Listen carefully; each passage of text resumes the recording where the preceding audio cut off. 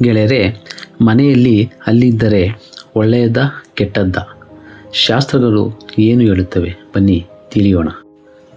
ಹಲ್ಲಿಯನ್ನು ಸಂಪತ್ತು ಮತ್ತು ತಾಯಿ ಲಕ್ಷ್ಮಿಯೊಂದಿಗೆ ಸಂಬಂಧ ಇದೆ ಎಂದು ಹೇಳುತ್ತಾರೆ. ಇದೇ ಕಾರಣಕ್ಕೆ ಹೊಸ ಮನೆಗೆ ವಾಸ್ತುಪೂಜೆಯಲ್ಲಿ ಬೆಳ್ಳಿಯ ಹಲ್ಲಿಗಳನ್ನು ಬಳಸುತ್ತಾರೆ. ಮನೆಯಲ್ಲಿ ಹಲ್ಲಿ ಇದ್ದರೆ ಸುಖ ಸಮೃದ್ಧಿ ಬರುತ್ತದೆ ಎಂಬ ನಂಬಿಕೆ ಇದೆ. ಶಕುನಶಾಸ್ತ್ರ ಮತ್ತು ವಾಸ್ತುಶಾಸ್ತ್ರದ ಪ್ರಕಾರ ಪೂಜೆಯ ಮನೆಯ ಸುತ್ತಲೂ ಹಲ್ಲಿ ಕಂಡು ಬಂದರೆ ಅದನ್ನು ತುಂಬ ಮಂಗಳಕರವೆಂದು ಪರಿಗಣಿಸಲಾಗುತ್ತದೆ. ಇದು ಮುಂದಿನ ದಿನಗಳಲ್ಲಿ ಹಣವನ್ನು ಪಡೆಯುವುದನ್ನು ಸೂಚಿಸುತ್ತದೆ. ದೀಪಾವಳಿಯ ರಾತ್ರಿ ಮನೆಯಲ್ಲಿ ಹಲ್ಲಿ ಕಾಣಿಸಿಕೊಂಡರೆ ಲಕ್ಷ್ಮೀದೇವಿಯು ವರ್ಷವಿಡೀ ನಿಮ್ಮ ಮೇಲೆ ಅಪಾರ ಆಶೀರ್ವಾದವನ್ನು ನೀಡುತ್ತಾಳೆ ಎಂಬ ನಂಬಿಕೆ ಇದೆ. ಇದು ಸಂತೋಷ ಮತ್ತು ಸಂಪತ್ತಿನ ಸಂಕೇತವಾಗಿದೆ. ಮನೆಯಲ್ಲಿ 3 ಹಲ್ಲಿಗಳನ್ನು ಒಟ್ಟಿಗೆ ನೋಡುವುದು ಕೂಡ ತುಂಬ ಶುಭ. ಇದು ಒಳ್ಳೆಯ ಸುದ್ದಿಯ ಸಂಕೇತವಾಗಿದೆ.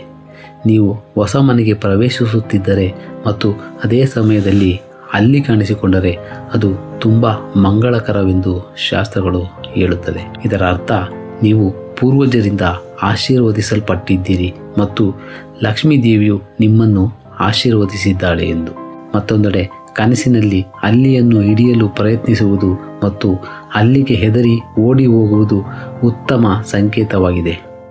ಇದರ ಅರ್ಥ ನೀವು ಶೀಘ್ರದಲ್ಲೇ ಒಳ್ಳೆಯ ಸುದ್ದಿಯನ್ನು ಪಡೆಯಲಿದ್ದೀರಿ ಮತ್ತು ಹಣವನ್ನು ಸ್ವೀಕರಿಸಲಿದ್ದೀರಿ ಎಂದು. ಹಾಗೆಯೇ ಹಲ್ಲಿಗಳ ಕಾದಾಟದ ಬಗ್ಗೆಯೂ ಸಹ ಶಾಸ್ತ್ರಗಳಲ್ಲಿ ಉಲ್ಲೇಖವಿದೆ. ಮನೆಯಲ್ಲಿ 2 ಅಥವಾ ಅದಕ್ಕಿಂತ ಹೆಚ್ಚು ಹಲ್ಲಿಗಳು ಜಗಳವಾಡುವುದನ್ನು ಕಂಡರೆ ಅದು ಅಶುಭ ಸಂಕೇತ. ಇದು ಮನೆಯಲ್ಲಿನ ಜನರ ನಡುವಿನ ಮನಸ್ತಾಪವನ್ನು ತೋರಿಸುತ್ತದೆ. ಇದರಿಂದಾಗಿ ಮನೆಯಲ್ಲಿ ಜಗಳಗಳು ಸಹ ನಡೆಯುತ್ತವೆ.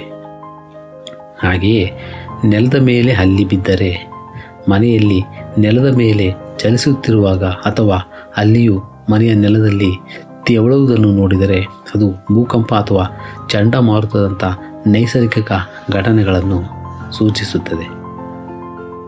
ಗೆಳೆಯರೆ, ಈ ವಿಡಿಯೋ ನಿಮಗೆ ಇಷ್ಟವಾದರೆ ಲೈಕ್ ಮಾಡಿ ಹಾಗೂ ಶೇರ್ ಮಾಡಿ. ವಂದನೆಗಳು.